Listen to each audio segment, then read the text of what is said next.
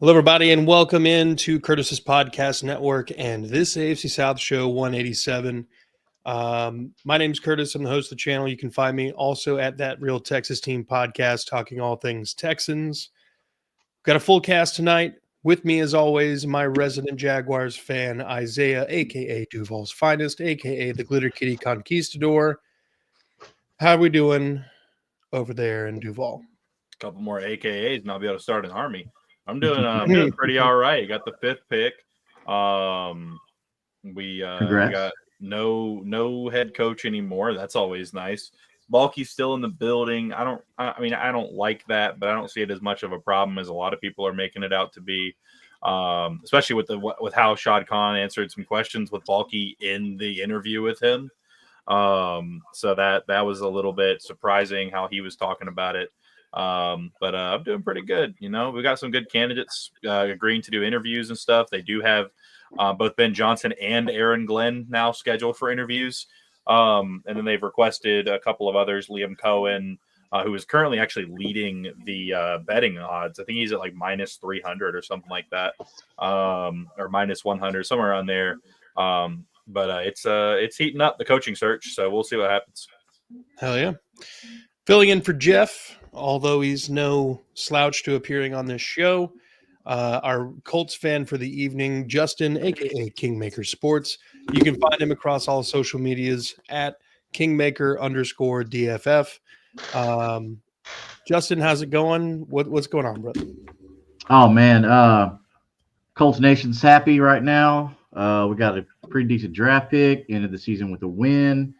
Got rid of a big problem, which I'm happy to get into later on. So everything's good in Colts land, man. Oh yeah, ponies are up. Filling in, as he has done numerous times, Mayor Shelley, aka Midtown Mayor. You can find him on all social media platforms with some version of Midtown Mayor. Sometimes it's got the word official in it, sometimes it doesn't, but you'll be able to figure that out. Mayor's an accomplished rapper in the local Nashville area and one of the biggest Titans fans I know. Mayor, what's going on, bro? Man, again, Curtis, hell of an intro, bro. It's not as good as Isaiah's, but I'll definitely take it. I'll definitely take it. He's had 3 years to craft mine and perfect it, so that's why mine's so good. I got you. Y'all got a little chemistry going on. I'm not mad. Y'all got a little collaboration going on, but yeah, down here in Titans land, it's definitely it's a lot going on. You know, Sunday, you know, the loss to the Texans was a good thing. Will Levis did exactly what I wanted him to do. He had a turnover, a crucial turnover, and he threw a touchdown. So the game went exactly how I pictured it would be. But ever since then, it has definitely not been what I pictured it would be. So we definitely got a lot to talk about tonight, for sure. No. Well, let's cut through the meat here. There's, for 3 of the teams, it doesn't really matter if anybody got hurt. The Texans played most of their backups the games, so that's not really an issue tonight. So let's just dive into the games. Jags, Colts, who wants to go first? Oh, you can lead it off. Okay. Yeah, we lost. It went to overtime, didn't it? Yeah. He didn't even watch it. No, I didn't watch it. I don't really give a fuck at this point. We either won or we lost. I really didn't care. Yeah, it was a game. I kept up with it a little bit, not too much. I was really busy doing whatever I was doing, and yeah, it was just honestly, I haven't really cared. I've been checked out for like 2 weeks now. I've been thinking about head coaches we're gonna get. Was hoping I could also be thinking about GMs we're gonna get, but it looks like that's gonna be on hold for now. You know, BTJ put up another good performance though, so I am very happy about that. You know, we just keep moving along. It's all right. We got some good building blocks. I think people are overreacting about the roster. I think the roster isn't as bad as people want to act like it is. I think that there was some funny details that came out and on one of Pete Prisco was talking about the team, and like even in the last game against the Colts with like Ryan Nielsen's defense and everything going on. Like even experts didn't know what the fuck they were running because half was one thing and the other half was running another scheme entirely half the time. Tony Baselli, we just found out that he's a yes man, so I don't really know that I would want him in the front office. Just like, people have been asking for him to be EVP, whatever. Like the fact that he came out and was like battling Pete Prisco on if Balky was a failure or not. Honestly, the game really didn't mean much to me. We either won it or we lost it. Either way, we weren't going out of the top 10. But we're now sitting at number 5. There's a lot of good players in this draft, up in the high in the draft. I will say here live publicly. Are we recording right now? Or are we live? We're recording. Okay, I looked up in the top left and it said live, so I wasn't I sure. don't know why it does that. No, it does that. Anyways, if you want Mason Graham at number 5, you're a fucking idiot. Literally our deepest position. We have our most money invested there. Why would we pick up a 9th interior D lineman? Especially when Eric Armstead is moving back out there. I don't believe him whenever he says that he wanted to play interior D line the whole time. I'm pretty sure he wanted to try and do the Aaron Donald / Chris Jones thing where he plays inside and outside, and it just didn't work because he sucks at playing outside because he's big and he's slow, but he's good on the interior. But I don't know. There's a lot to look forward to and a lot of upside, but it's just going to depend on who becomes the coach next year. Sala, Flores, what's the one? Joe Brady, Patrick Graham. I don't want any of them. Aaron Glenn, Ben Johnson, Liam Cohen, Todd Munkin, one of those guys. That's who I'm looking for. So we'll see what happens. Yeah. Go ahead. I was gonna say you stay away from Robert Saleh. He's our defensive coordinator. I mean, if you want him, sure, but I'll take a head coach experience at defensive coordinator, because what all that means is when Shane Steichen hangs himself, Robert Saleh is the new head coach who's going to bring a different attitude that we need in our organization, because the Colts right now are a joke. I mean, there's nobody standing on business right now. They're all doing whatever they want to do. Zaire Franklin, a team captain at the end of the game, winning a trash game. So I don't blame you for not watching. It was a trash game. Like, it's Joe Flacco versus Mac Jones. Who the hell wants to watch that, right? They should have flexed that to 2 a.m. because no one's going to watch it. And I mean, right? But for Zaire Franklin to go over to the Pat McAfee suite and like pretend to shake hands of guys that weren't there, like just to be shitty, like, bro, you're a team captain. You don't do things like that. But that's character, and that shows that there's something wrong within the organization right now. And I think a head coach like Robert Saleh, potentially, hopefully, fingers crossed, that Shane Steichen gets fired, losing 4 games next season, he can come in and even as a defensive coordinator, maybe start changing this culture a little bit and be like, hey, no, we're going to act like grown-ass men. We're going to lose with class. We're going to win with class. So it was I don't blame you, bro. It was a bad game to watch. Nobody wanted to watch it. Somebody had to win. I mean, or like I guess it could have tied technically, but somebody had to win, and it just so happened the Colts won. I mean, I'll take it. Yeah, it cost us 2 spots in the draft, like big whoop. We'll probably still go get Malachi Starks, hopefully, but I don't know. I'm hoping that's a guy I'd love to trade back and get, man. He's big and athletic. Him and Worry out of South Carolina are 2 guys that I'm very high on just because of their size athleticism combo. Not to get into full draft talk, but I could talk about that forever. Oh man, we could talk about that all day long. I'll be doing that come draft time, man. I'm so excited for the offseason. Yeah. So if they do fire Steichen in the middle of the season, wouldn't they also be out technically 2 spots because he's the offensive coordinator and the head coach? Yes. So I'd be okay with that, because then Reggie Wayne knows what a good offense is supposed to look like. I don't think he's ready for that kind of role right now, but Reggie Wayne knows the game probably better than a lot of coaches do. One, he played with one of the best quarterbacks of all time. I have to say that because, I mean, Brady does have a bunch of rings, but so I wouldn't be surprised if Reggie Wayne took over play calling if Shane Steichen got fired.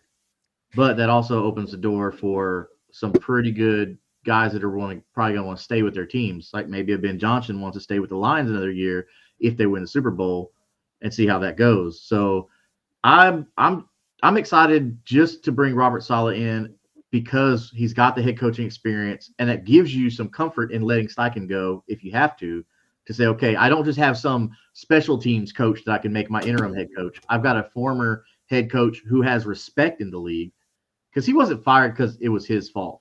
Aaron Rodgers had a lot to do with that, and you're not going to convince me otherwise. Nathaniel Hackett was the problem, and Aaron Rodgers is the problem, not Robert Saleh. Robert Saleh just happened to be the fall guy. But no, I'm cool with that. I don't mind that. I think Reggie Wayne could call plays. Well, you remember what happened last time a former Colts player that also played with Peyton Manning was your interim head coach. Yeah, but at least Reggie Wayne is like on staff, and he's like a coach with the organization right now, and he knows the offense we're running. Jeff Saturday came in, I think, just for the fans, like to say, okay, here's a face that you know, to make the transition a little bit more comfortable. I think that's all that was. And no one was really upset about that. I don't think anybody expected Jeff Saturday to come in and just be the saving grace for the rest of the season. The season was pretty much already over at that point. So I don't think the situation with Reggie Wayne, if he were to take over play calling, and then Jeff Saturday coming in as a former player, I don't think those are the same situation. But I definitely see where you're going with that, and I think they're a little different situation though. Yeah, I'm definitely trolling. I mean, Jeff Saturday came from First Take, and Reggie Wayne's on staff. I'm just messing with you. Yeah. No, that's okay. It makes for good conversation, bro. Like I'm down with it. Yeah. I'm not gonna lie, I had the same thought. But yeah, there's. I assume you've been exposed to the Pat McAfee comments about the Colts organization. Yeah, so me and Jeff talked at length actually about the Pat McAfee stuff, about how the organization needs to be very careful, because at this point, Pat McAfee has the city on his side. He has the fans on his side. One, because he's out there speaking the truth. The things that the fans see and are saying in their head, well, why didn't they do that? Pat McAfee supported when they were making bad decisions.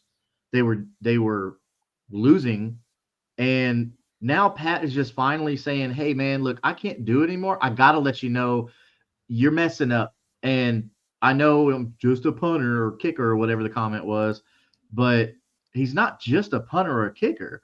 I mean, he was around with some great players. He was around with some great NFL minds, and he's tapped in to the league, like all aspects of the league, not just the Colts. The man chose to stay in Indianapolis. His brand is huge. The man's on everything. He's on with WWE. He's with College Game Day Morning. I mean, the dude's everywhere. So they kind of don't need to just brush him off. It's like, oh, he's a former punter or a former player. Because one, he's not disgruntled. So you can't say, oh, he's just disgruntled, whatever like that. He's not. What's he got to be disgruntled about? He has asked the Colts for nothing and given them all the publicity. Every show he talks positive about the Colts, and he says one thing, the truth that everybody's thinking, and then all of a sudden it's like, hold on, the management of the Colts, I mean, not the fans. Yeah. Because the fans fully support Pat McAfee. You're not gonna. I don't agree. I don't disagree with him at all. I'm with Pat. But Irsay and the management there, they need to step back and say, hold on, this dude is like pushing our brand when he shouldn't be. So. Man, Pat McAfee is somebody that they need to get on their side and bring in and say, hey, look, bro, like, we hear you. We're working on it and work with something. Yeah. I'm not saying Pat's this great football mind. I'm not saying that. But he's a good brand ambassador for the Colts. And if Pat is out there saying this, like, this is like big time news. This was around the country, not just on ESPN and stuff like that. Local sports stations were talking about this, because Pat is such a big figure in sports. Yeah. So the Colts need to step back and say, hey, Pat, let's talk, man. Like, what's up? Let's get back on good terms. Yeah, his show's trash. I'm sorry. I got to be the one to say it. What? It's so amusing. The guy's such a character. I don't get it with him. Like I get, how polarizing that he can be, and he's loud and he acts like he's 16 years old and he's 45. But because it comes up on my YouTube all the time. All I do, guys, I don't have a show. All I do is watch sports. So like if I cut on YouTube, a Pat McAfee episode will come on, right? I don't hate him because he played for the Colts. He don't play anymore. Plus he's a punter. There's no reason for me to dislike him. Okay. Yeah. But not that I disagree with what he's saying, because there's a lot of things with the Colts organization that needs to be improved on. He's not wrong. Like what you said is correct. I'm just talking about just his show and like him just walk. I don't get how he gets to go on ESPN and drop F bombs all day. Like I don't get that. To me. Well, He's they knew what he was when He they gets when to they do bought his stuff. They Yeah. knew what they signed up for. They have a little bit, even a little disclaimer at the beginning, because Yeah. he does different segments. So part of his show on YouTube is not on ESPN. That's just Oh, for okay. his stuff there. And then at hour number 2 or 3, then it cuts to ESPN. Because if you notice, there's like a whole nother intro that they Gotcha. do. That's when Okay. they actually go to ESPN, and they do tone the words down a little bit. Oh, But okay. they even have a little disclaimer that says, we are adults, we talk like adults or whatever like this. So like, they put a little disclaimer on there. So But I stand corrected on that. no. Your concerns are totally fine, because like, what if you are Mhm. watching it with your kid, and you raise your kid a little differently, you don't talk like that around him like that. I get that, but there are different segments in that stuff. So the kids version is more for ESPN.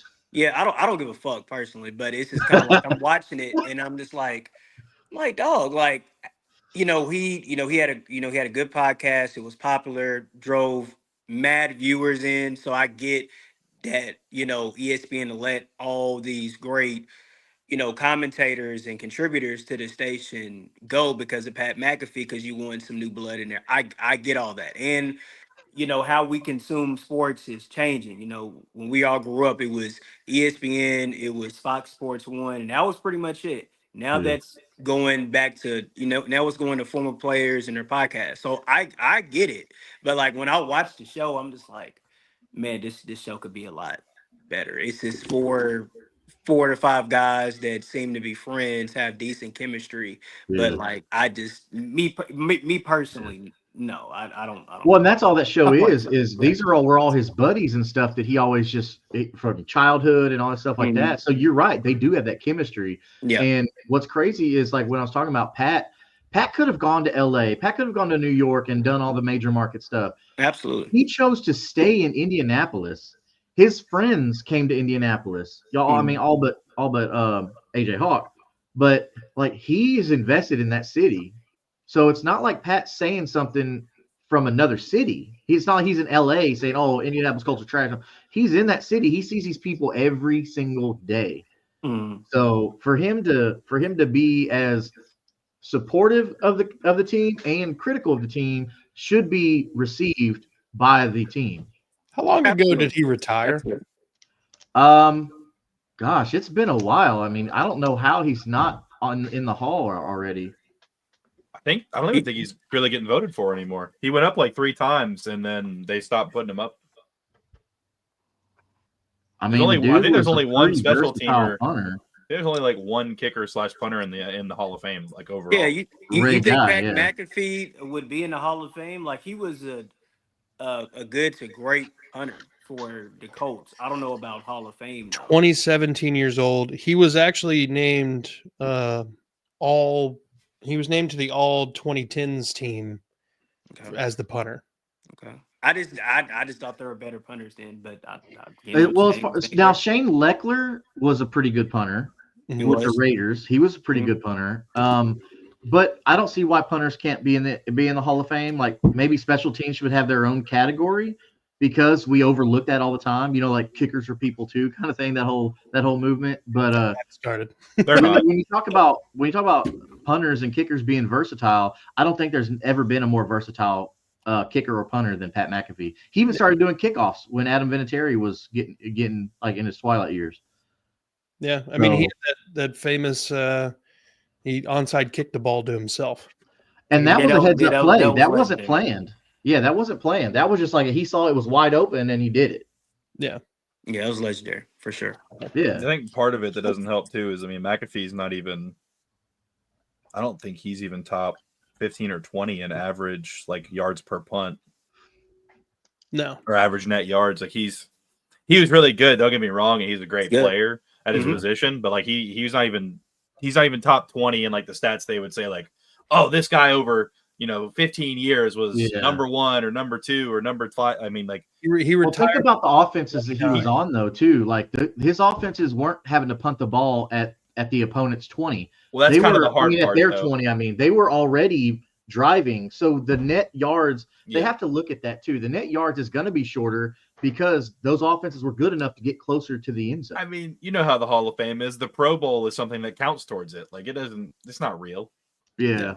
Like, I mean, if you're on the 2010s team, then, bro, how do you not get, how is it not pretty solid? Anyway, we talking about punters. we're talking about punters. Oh, hey, Hey, Pat McAfee. Let's put some respect on that. He ain't just a punter. He's Pat McAfee. He's McAfee. Pat was a good player for sure, no doubt. oh, look at that. Logan Cook, number 6 in all-time net yards. Who is that? Exactly. Who is that? Who's The Logan? Jaguars punter who's better than Pat McAfee, apparently. Just look at the yards. Raise your hand outside of Isaiah if you ever heard of Logan Cook. Everybody's heard of Logan Cook. Put Well, your he hand doesn't out, have a Curtis. podcast though. He don't have a podcast. Not yet. Right. Yeah, Or Yeah. millions of following. Yeah. but I believe Pat McAfee is actually 36 years old at this point.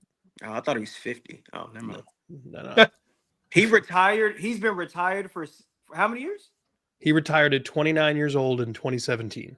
Oh, Way too my. early. He retired as a punter's kick to the. That's why he's 45. not. Yeah. That's why he's not in the. Yeah. Because he said, I want to do this. I don't want to punt anymore. But I don't blame him, man. That's when the I wouldn't either, organization yeah. was going like fucking down. Like it was.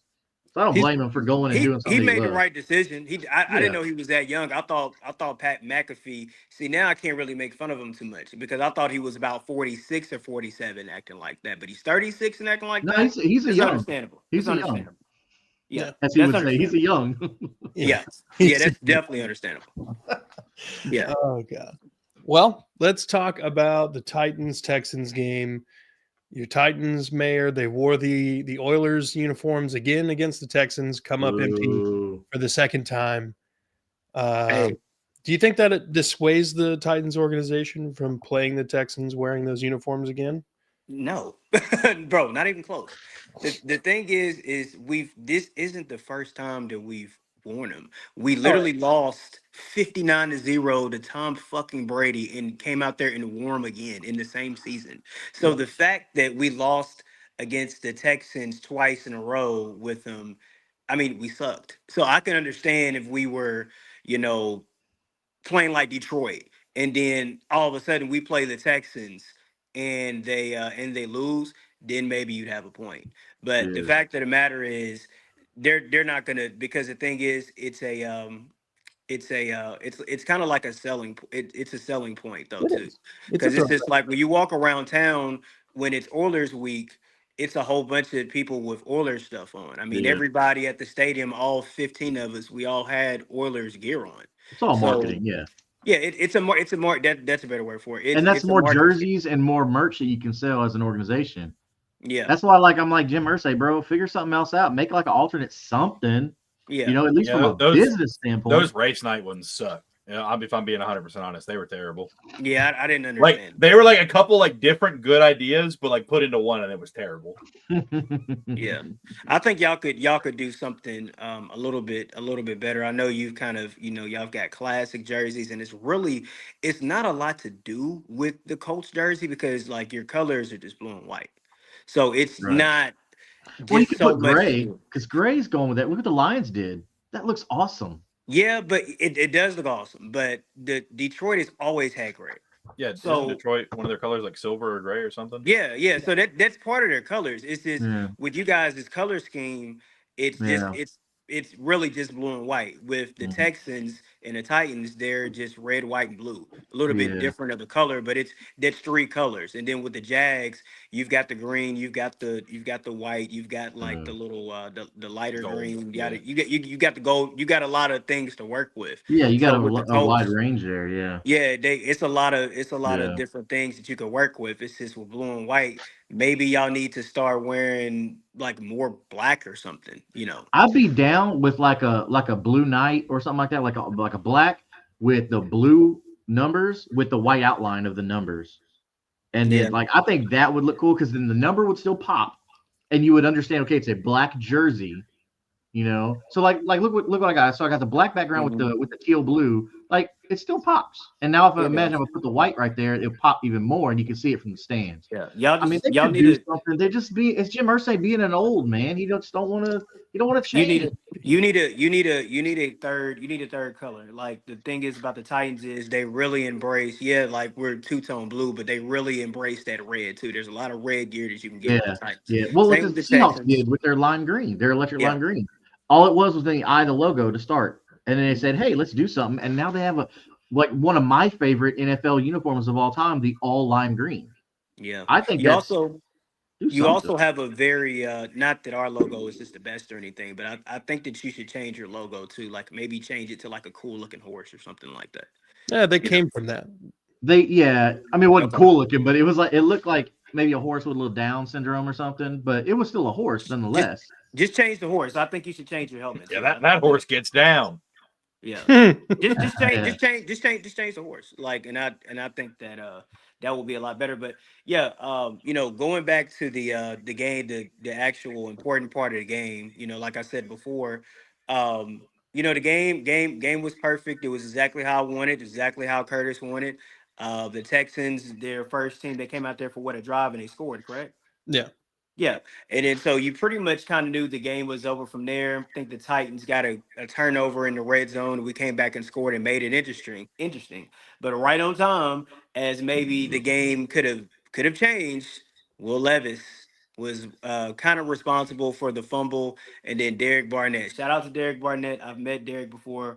Really great guy. Played at University of Tennessee. Had a monster game for the Texans. So I was really happy to see that, and I was very happy with the outcome. It was good to see Tate Martin. Never heard of him a day in my life score a touchdown. So that was great. So the game was perfect for me for sure.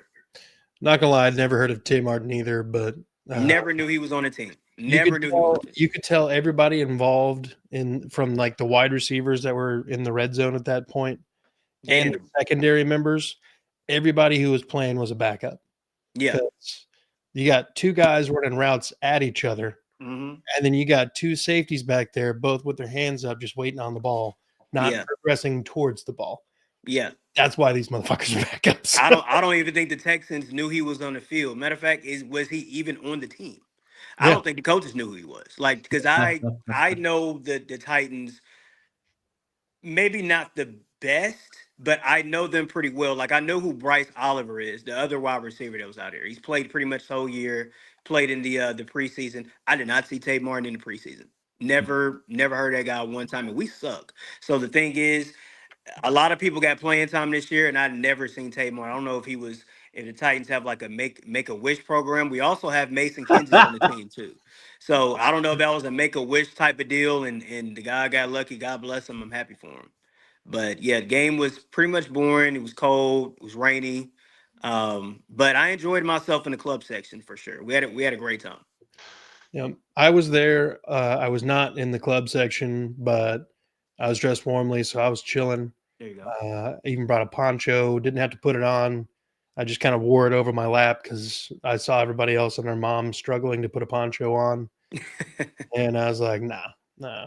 It's hard to put a poncho on, man. Yeah. It's extremely hard. Yeah, they did like a whole thing, like a whole video clip during the game about like struggling to put a poncho on. So I was like very excited not to be a part of that video. Yeah, but it's just another thing that shows that the Titans are just completely behind the eight ball. When I was in the club section, they still had Christmas trees up. Like 3 of them. It wasn't just, they've got one in the corner. No, it was a main attraction. Like if you go in a club section and you're in like the common area, they have like these big windows where you can see downtown Nashville. It's actually a pretty nice setting. When First Take comes into town, that's usually where they will do their show at. But yeah, they had 3 giant Christmas trees just right there, and we're in the year of our Lord 2025. So that just shows you that the Titans are behind the eight ball with a lot of different things. Yeah. From the Texans' perspective, this game went about as you wanted it to go for the starters. The offense went out there and scored on the opening drive. The offensive line, that same group, played well into the third quarter and looked pretty good. basically, by the time Damian Pierce scored that 92-yard touchdown run, making it 13-0, most of the starters were off the field with the exception of the offensive line.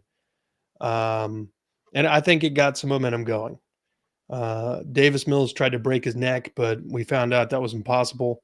He's got He 4 got of too them. much. He got too much neck. You got a Paul. thick ass But, neck. yeah. Dude. That dog, man. Look, if all neck. Davis Mills was on here right now, you would see his Adam's apple.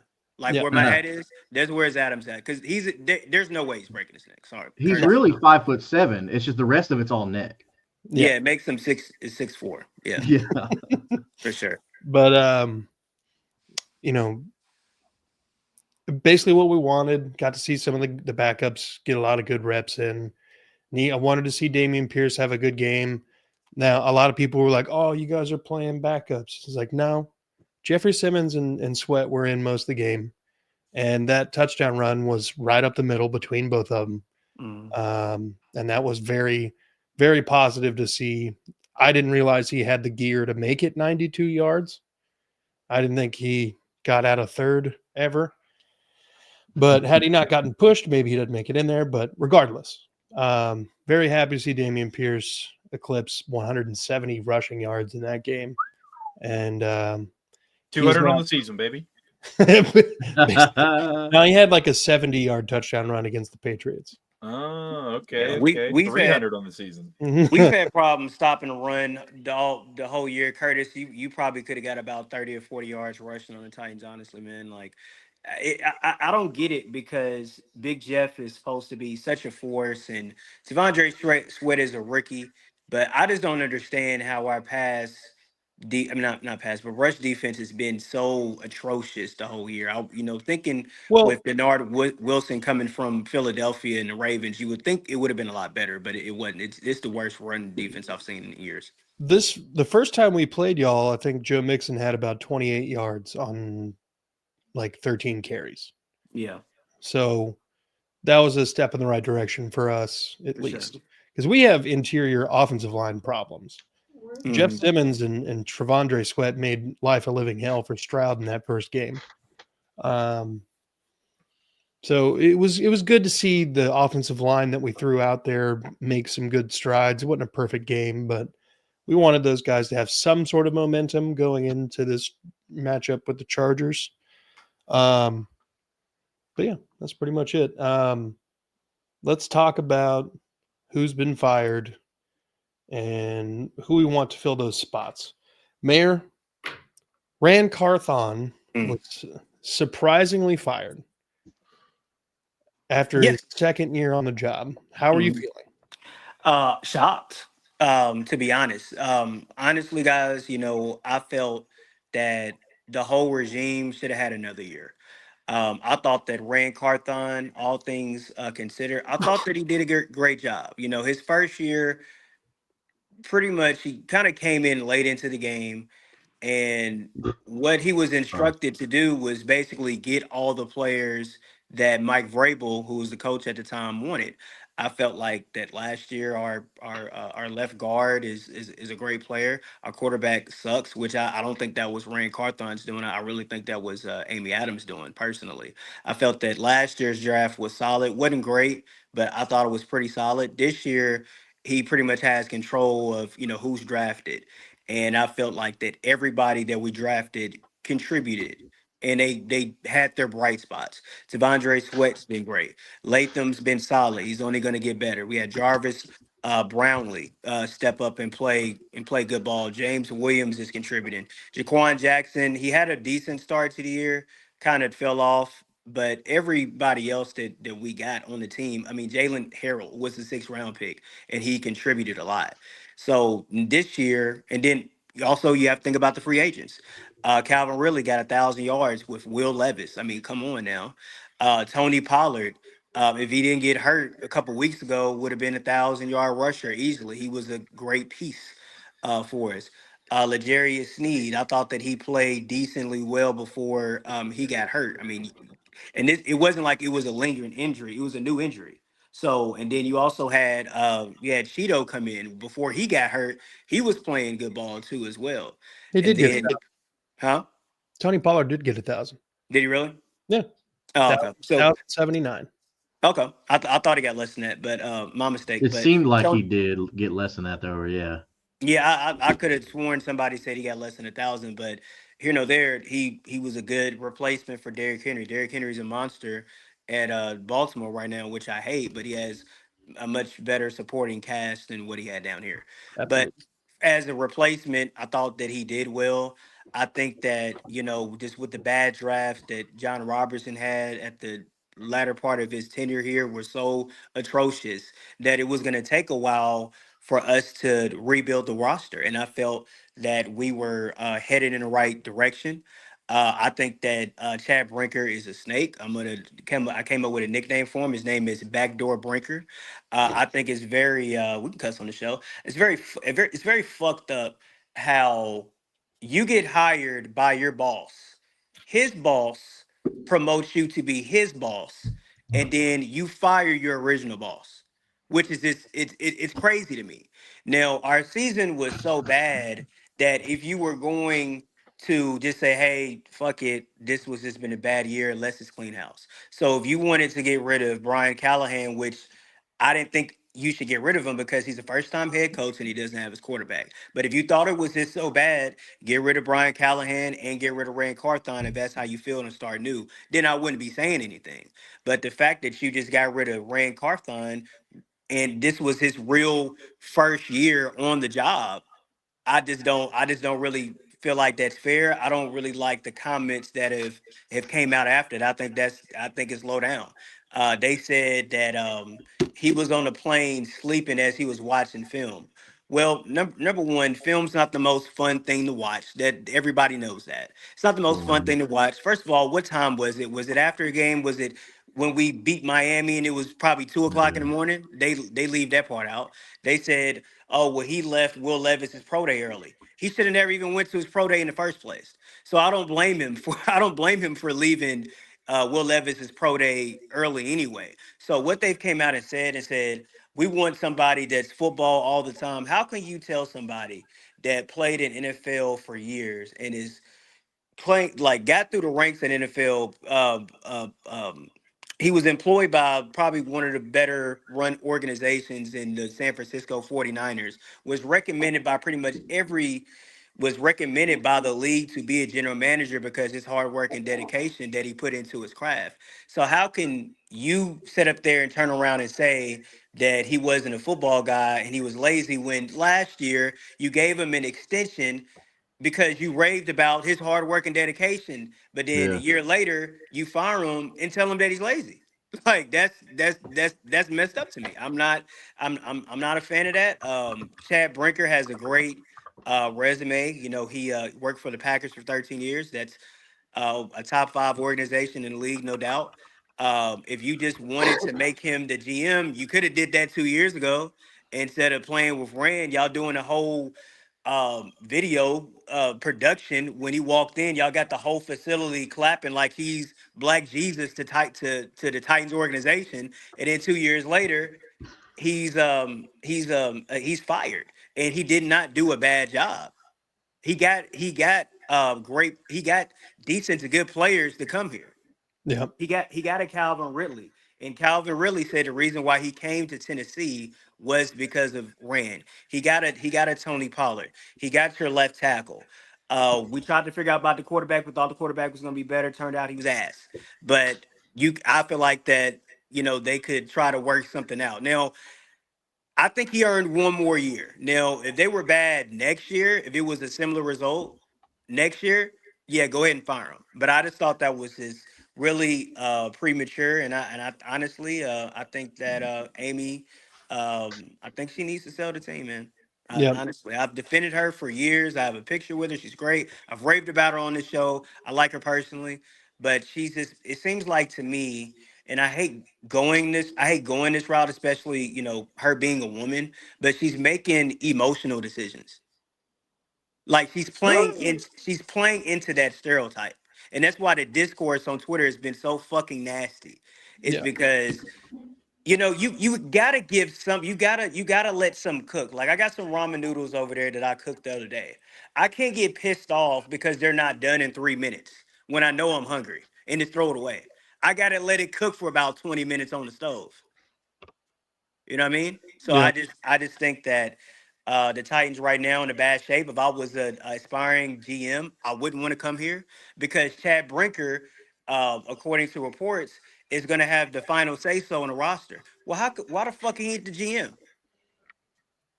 Just make him the GM and president over football operations. If we're gonna do that, there's no way I would want to be a GM and I don't get to do my job. Yeah. Like it's crazy to me. Yeah. Yeah. I've been thinking about it, and I think she should sell the team as well. Um, she's made a lot of really kind of rash decisions dating back to when she fired John Robinson in the middle of the season, which, you know, at that point, does it matter when you fire him? He's a general manager. He's not directly coaching the team.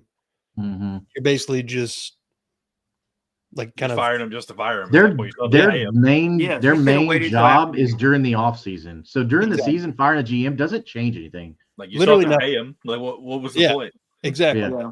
He So- deserved to get fired, but Right. just right after the Eagles game where he made the worst decision in franchise history of trading AJ Brown. Like he deserved to get fired. But to do it directly after that game because we got our asses kicked is very erratic.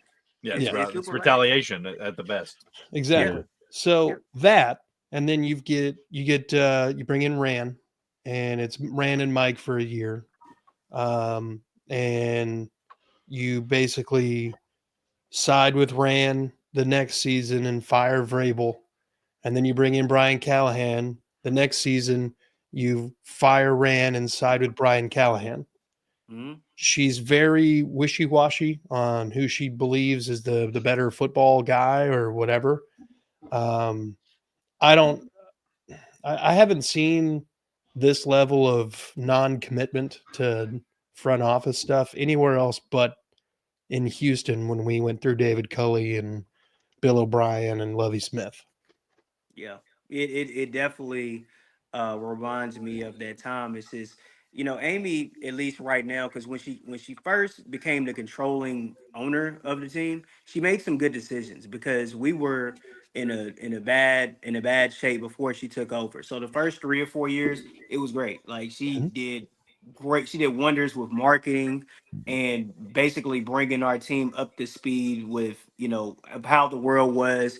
She made good decisions with Malarkey and Vrabel, and yeah, we seemed like that we were a pretty solid organization. Now I don't know if it's because she's got older or whatever, and she's just not making great decisions.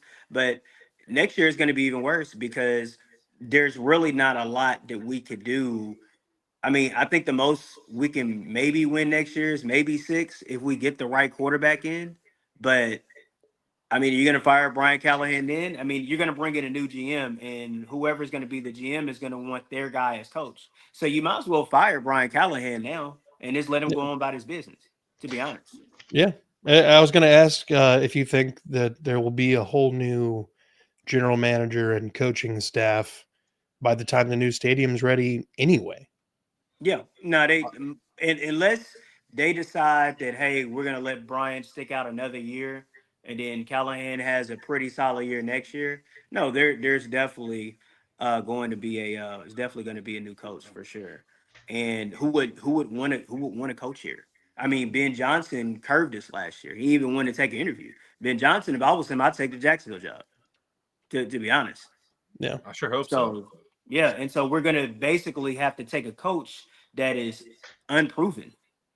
So yeah, this if they don't hit on the right GMs and they don't hit on this draft and make the right decisions, it's gonna be tough going into the new stadium for sure. Yeah. You got to Yeah, I start think that, strong like- with new stadium, new era. Got to start strong. For Yeah, sure. I think it's not Definitely. even that. Like I know Curtis, you had mentioned like she sided with Brian Callahan. I don't think she sided with Brian Callahan. I think she sided with that dude in the front office. It's going to be the be all end all. It sounds like Callahan might be expendable too. Like like Mayr was just saying, but it's just crazy that you would do that.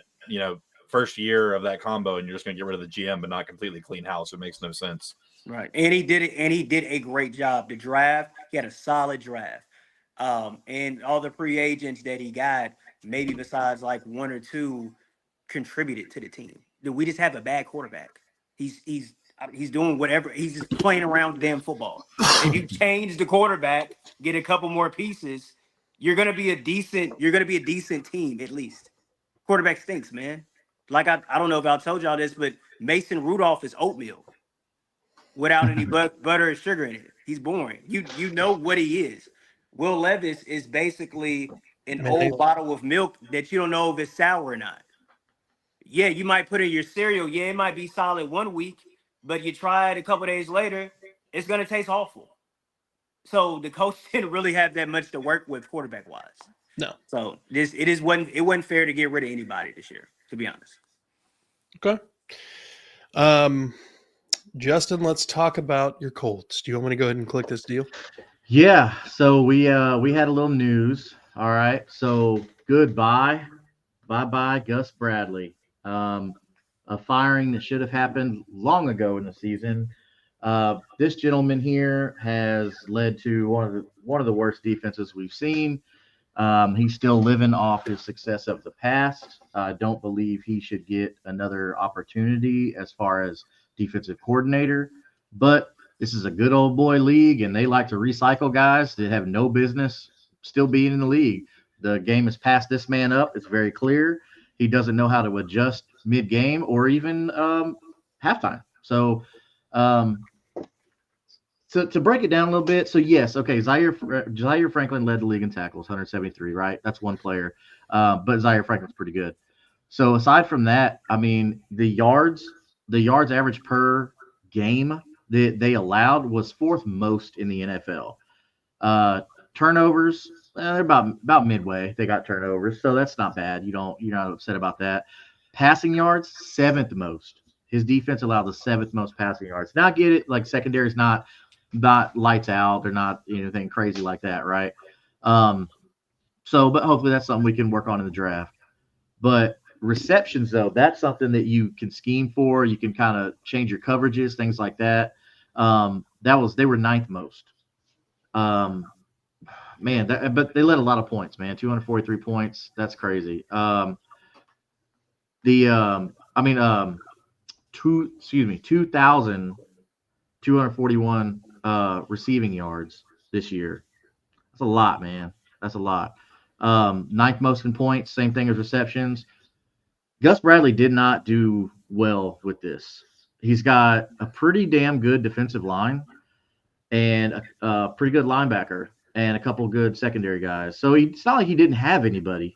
He had some guys. He had a couple studs. He just didn't know what to do with it. He was calling the wrong defenses against the wrong offenses. Just did not understand I don't think he understands the new NFL offense.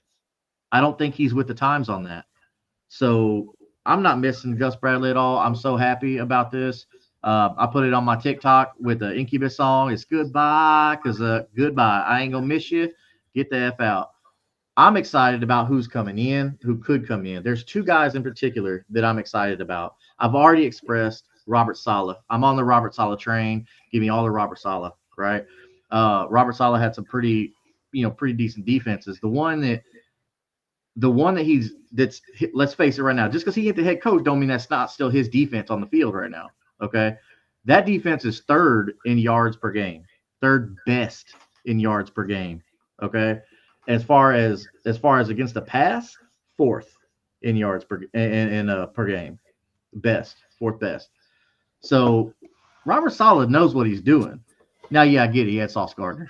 Okay, like I'm not gonna front about that. He had Sauce Gardner, but Robert Saleh knows he's up to date with it. He came from San Francisco, where they understand where Kyle Shanahan runs like a revolutionized offense. So he got to build a defense around that type of offense.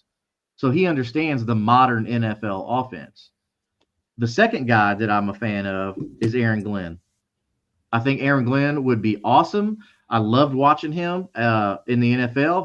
He played for Houston, and I was watching the Texans at that time when we were just starting off. It's funny you brought up Tony Baselli earlier. I remember him. They bringing him over, and that was just a joke because he was just hurt the whole time. But Aaron Glenn, y'all can't get Aaron Glenn. Hey, I'll fight you for him. He's gonna be a head coach. No, he's under contract. He's under contract, so he can't even interview with you. The Lions will just right, and which Yeah. I think there should be a deadline. Like say, okay, nobody can interview coaches until after the Super Bowl, and then boom, No, I now think- because now it makes it a level playing field, like free agency. Makes it a level playing field. I agree with you on that. I have a weird feeling that Aaron Glenn is going to be the Jaguars head coach next year.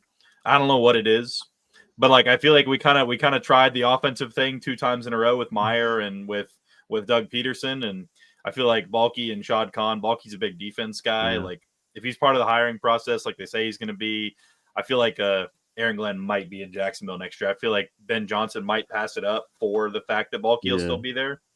And Liam Cohen. I mean, I like Liam Cohen. I just don't know.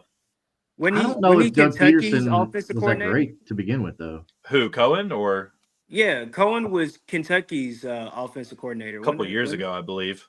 Yeah, then who's he coach with? He's now? a Bucks right now. Bucks OC. Nice. So he's solid. Like I like the He's Bucks solid, offense. yeah. I mean, Yeah. but they're a little more built than we are. They have Tristan Wirfs, one of the best tackles in the league. They've got, Mike Evans, one of the most underrated best wide receivers in the league. Chris What, Godwin's 11 a great straight number 2. 1,000-yard seasons? Yeah, he tied Jerry Rice's record. Yeah, heck yeah, man. Like I think the only thing that's going to hold him back, I don't think he's going to play long enough to actually beat Jerry Rice in yards. Nobody's I touching I think he's only got like another year or 2 before he decides he's just done playing. Yeah. But yeah, I mean that's crazy that he tied it and he has potential to break it next year for the continuous 1,000-yard seasons.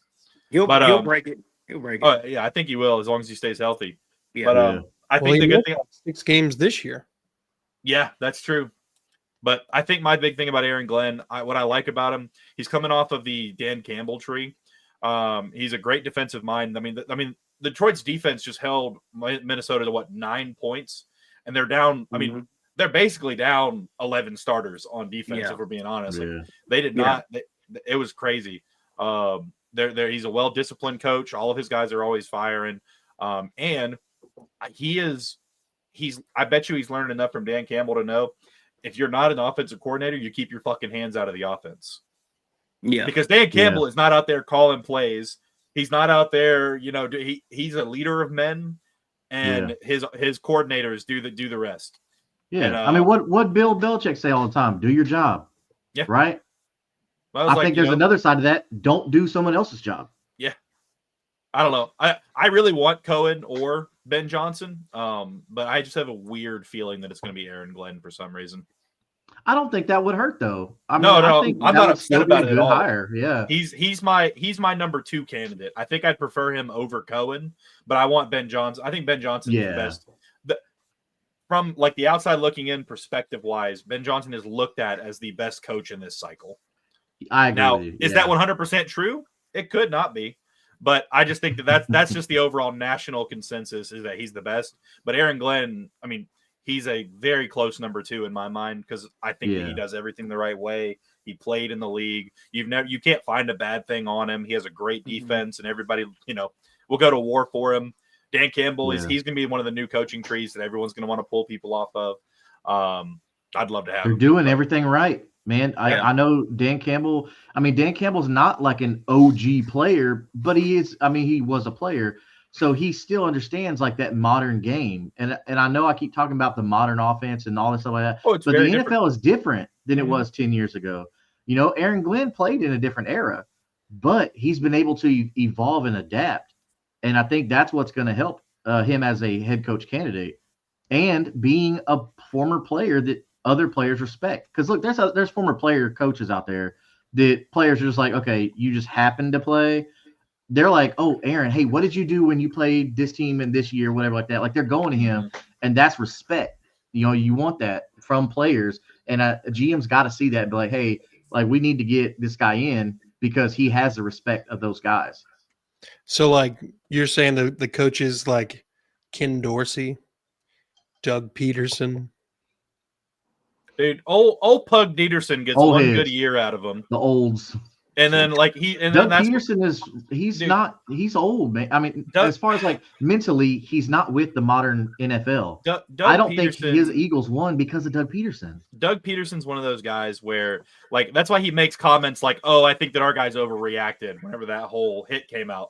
because Doug Peterson was never the guy. He never was in a situation where he could get hit like that. So he doesn't know what it's like to be a star in the league and everything. Not that you have to know what that's like, because, you know, there's a lot of coaches. Mike Vrabel was never a star. Dan Campbell was never a star in the league. Like, you know, that's not something you need, but like, I just think that he gets a lot out of these guys. He brings in ice cream Saturdays and, no practice on Monday. And like, I know that most teams don't practice on Monday, but it's just like, we're wearing shorts all throughout the offseason and wearing shorts all the way up till game day. And like, because he remembers what it was like. He didn't forget. He's not a CEO. He wants to be the cool head coach. So players get behind that for one season. So they come in and he's like, oh my God, this culture, like, we're going to win. He talks a good game. He cares about us. And after one season, they're like, okay, like, we're not really getting any better. What's going on? And then the third season, if he makes it that far, they're like, okay, this dude only cares about himself. That's the same reason he got fired in Philly. It's the same reason he got fired here.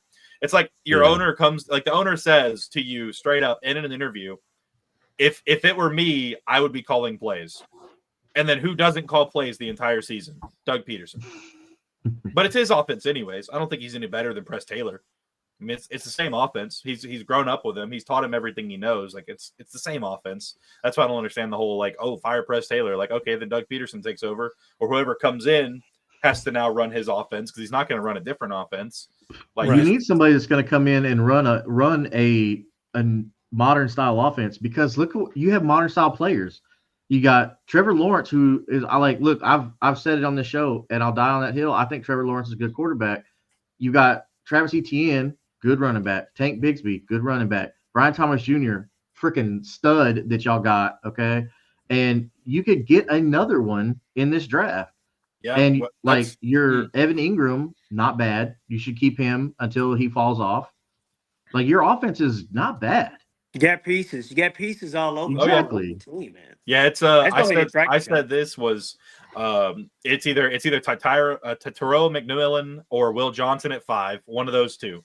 And because people are like, oh, we should take Kelvin Banks, we should take Will Campbell. I'm like, we're not drafting another offensive lineman in the top 5. It's not happening. You do it in the second round. Oh no, that's what I'm saying. So I want Will Johnson or Tyrell McMillan. In the second round, I want either Savaine, whatever, I forgot his name, from Arizona, the offensive tackle. But he's like 6'5", 330. I think he's more of a guard in the league.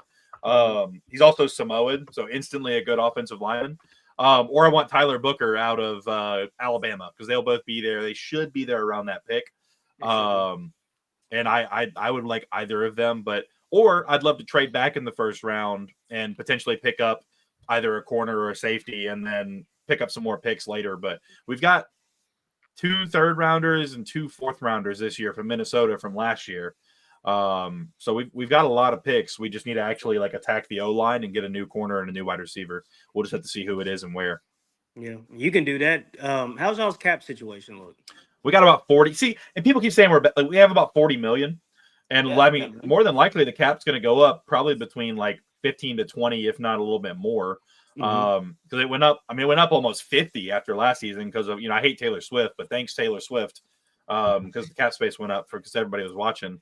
But like, it should go up. Like, we should be sitting around like 55 to 60 million without cutting anybody in cap once the cap is raised next year. Yeah, you're in good shape. Yeah, if you can get the right coach in, you're set up pretty well. If your quarterback is who y'all think he is. Yeah, I think you're going to have to be stuck in another situation where you were with Christian Kirk, where you were having to way overpay to bring guys in. Well, Christian Kirk is off of his deal, so he's gone now. Like, unless we re-sign him. Parker Washington, though, I mean, I think he played good enough for us to give him a season and be our new Christian Kirk. He's the same size. He's heavier. He's about the same speed. He's a little more shifty and breaks tackles better. And he catches a way better contested ball than a dude at 5'10" should be, or 5'11", whatever he is. So I don't think we're going to sign anybody big at wide receiver, especially after we fucking busted on Gabe Davis in the last free agency class. I think we keep who we have. We got BTJ. If Christian Kirk will come back on a team friendly deal, I would consider it, but he'd have to be taking super cheap money for me to even consider bringing his ass back. Because at this point, dude, he's 2 seasons with season-ending injuries. It's hard to want to bring him back. But Trevor's going to have a little bit to say in that because that's Trevor's boy. I mean, they're best friends. And people keep talking about like, oh, if we get Ben Johnson, he's going to want to get rid of our running backs. because he has, Gibbs and Montgomery. I was like, no, he'll just actually use them the right way. It's like, because Etienne's a great running back. He's just not a running back you send up the middle between the tackles every single play. Really, between the guards. We run that motherfucker up the middle way more than anyone should ever run Travis Etienne up the fucking middle of the field. And if you run your offense right and you bring in another receiving weapon, then that'll open up the running lanes for a Travis Etienne, who, like you said, is not an every down kind of situation. He's not like a Derrick Henry, Jonathan Taylor, Saquon Barkley. You're not just going to feed that dude every play of the game. That's not his game. Mm-hmm. Yep. That's about all I got though on it. Okay. Well, the next episode we'll get into the playoffs. We'll give updates on coaching things because some people will probably have some sort of something filled in by then. Maybe. Yeah, maybe. At least the hard part is most of the coaches in the carousel right now are all in the playoffs. Yeah. So maybe. I'm really hoping I think Vrabel will have his contract with the Patriots filled out by then. Yeah. I think that's pretty much a guarantee. He's like a minus 500 to sign with them. Like there's no way that's not happening. Yeah. I'd probably look for that deal to be done on Monday after this round of games is done. They've gone through the weekend, let all the chips fall. Because it just seems like that's his job already. The only reason I would say it wouldn't be is they have to make sure they get in all of the interviews. Yeah, because they do have to get in, the Rooney Rule. They have to do everything. Like they have to do all that. So they already did that. They already did that today. Mike Vrabel. By the time this episode come out, Mike Vrabel might already be that coach. I think they interviewed. Did they interview Saleh and somebody else today, or it was they? I know they announced that they were interviewing 2 black coaches. I forget the names who they were, but they were notable coaches. But I think they hopefully they were legit candidates, not just guys. Because I hate when I see that, and it's just like somebody I've never heard of, and I'm like, come on, man, that's bullshit. Just get rid of that, because I think that what the league was trying to do was a great thing. But it's just now it's got to a point to where they're just doing it just to get it out the way, and they're not actually being considered that. Yeah. It was instead meant to of be being a good thing, like a gesture, like a genuine gesture. Now it's kind of insulting, I think. Yeah, I wouldn't even. No, yeah, no. I think they need to get rid of it. Yep. I don't have to worry about that. My team has hired 3 consecutive black coaches. Y'all good on that? Yeah, y'all good. You got money in the bank. Y'all got the Rooney Rule covered for the next 20 years. You're good. Yeah, you can't say the McNairs is racist because they hired 3 brothers in a row. You guess one thing you can't say about them. they love them brothers down in Houston for sure. Oh yeah. But the Jets have requested permission to interview Bobby Slowick. To which I say, great for you guys. Yeah, bro, go. Like if I'm Nick Caserio and Bobby Slowick comes up to me after whatever game we lose, whenever we lose in the playoffs, and he's like, "Hey, I got a call from the Jets." If I'm Nick Caserio, I'm like, "Answer the call, take the job. You're getting fired." I don't care. Listen, you can leave on your own terms and become a head coach, or you can leave on my terms and be on you can leave today. I'll call it offense. Did y'all see the Bears had the audacity to request permission to interview Mike McCarthy, who is still the head coach of the Dallas Cowboys? His contract expires tomorrow. Yeah, but still, wait till it expires and then make the phone call. Probably bringing McCarthy back. McCarthy is another guy that should not be in the league, man. That dude is so disconnected with the modern league. But the one thing I'll say about Jerry Jones is that he likes a puppet, and Mike McCarthy is absolutely a puppet, and he will do whatever Jerry Jones tells him. Because he knew that was the only way back in the league. Exactly. That's exactly the only reason. That's the only reason he's still there is because Jerry Jones I'll do whatever you say, Jerry. Yep. Jerry Jones can put his hand up his ass and work his mouth. Yep. Now, I will say, the one place that Ben Johnson has named as the most intriguing team that he might like, the most interesting team at the moment, is the Chicago Bears. In his opinion, a lot of young talent. Okay, I can get behind that on the offense. Yeah. Fake news. If I was him, I'd rather, and I hate saying it, but if I was him, I'd go to Jacksonville. I think it's the best one to go to, not only as a Jaguars fan, but looking from the outside in, it's a way smaller market than Chicago, and he's from North Carolina, so he's right down the road. You have, I don't think Caleb Williams is nearly as good as they try to say he is. No. You have He's a good way college better. quarterback. Like also the thing about Jacksonville is that like you have such hands-off ownership. Like they're not going to fuck with you at all. Like as soon as Con hires you, you're going to see him once a year. He's going to let you do whatever the fuck you want. And now they're saying like whoever gets head coach will have all of the power in the building to make the decisions. And like he also said, if you can legitimately tell me why your choice of GM, like your choice of front office, he didn't say GM, but he said, if you can like tell me why your choice of front office would make us better, everything's on the table. So he's willing to fire Balky if someone could come in there and say, hey, this is who I want. This is why he will make us a better organization. So, interesting. I think I think he said that though, because there was a anonymous coach who came out and said to change directions, you actually have to change direction. Great. It's a great opportunity, but it's the same roadblocks. And I think that was Ben Johnson. And I think that Shad Khan saying, hey, we'll change directions if someone can actually tell me what will make us better. I think that was his direct response to that quote. Yeah. Interesting. I heard something. I heard a saying today is you can't move a parked car. And that's a lot of these coaches. They don't want to change, so they're not going to change. So you can't move a parked car. Basically, the Jags owner is saying, hey, guys, I don't know what I'm doing. Somebody come in here and tell me what the fuck to do. It's basically what he's saying. Yep. Yeah, absolutely. I ain't mad at it. I ain't mad at it. No. I mean, that's why I think that's honestly the reason he's keeping Balky around is for the coaching search, because Shad Khan doesn't know people. Balky knows people at least, and like they might even tell him in the interview, like, "Hey, this doesn't get the light of day, but he's only here to help me pick a coach."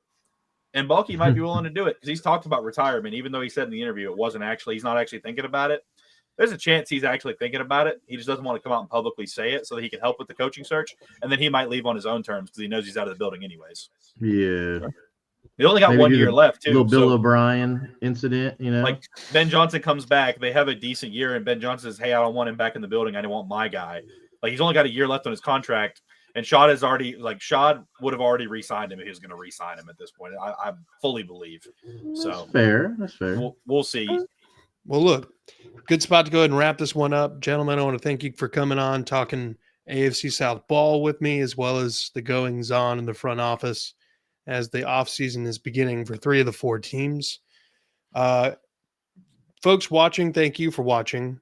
Go ahead, hit the like, subscribe button on this channel. Hit the like, subscribe button on Titans Takeaways, on Unstabled, on Third and Teal, and That Real Texas Team podcast. Head on over to at Midtown Mayr on Twitter. Be able to find him there. Like, subscribe, or follow, whatever the hell it is. Head on over to Kingmaker_DFF across all social medias. Help Justin grow his stuff.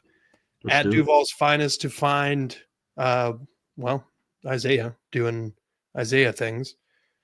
And, be good people. We'll be back soon. Peace. Peace.